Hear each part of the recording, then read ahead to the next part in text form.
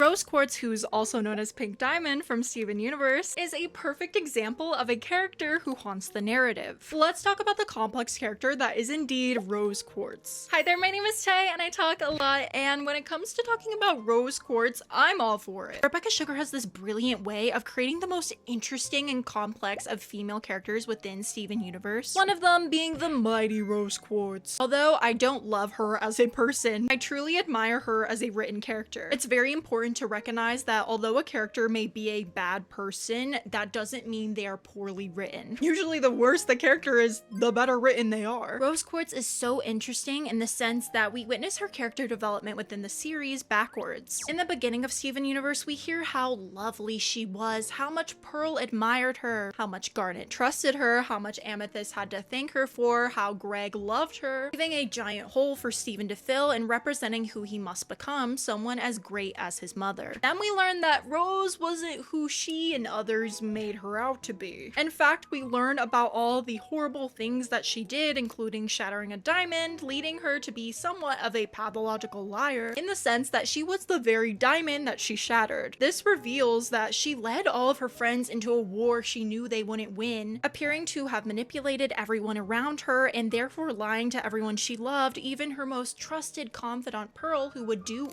anything for her. But what if we reverse all of this and see it the other way around? Would you like her more then? Would you admire Rose for wanting to take a stand against the diamond hierarchy, wanting to protect all life on Earth, believing that all of it is precious, even wanting to create a human life of her own after falling in love with one? Rose didn't just want to give birth to a human, she wanted to become one. She wanted to change the way that humans do. Rose wanted to grow. So the closest thing she could think of to do was allow Steven to live out this dream for her. Not because she wanted him to be responsible for all of her mistakes, but she felt that he deserved to live a life that was beautiful, one that she could never possibly have. Now, I don't love Rose by any means, especially as someone who heavily relates to Steven, but I think she is one of the most well-written characters I've ever seen displayed within animation. Someone you hate, but also can't help but feel sorry for after learning her story. Looking at it from different angles, she caused so much suffering for those around her, leaving her son to believe he was just made to deal with her mistakes, truly haunting the narrative until the very last second.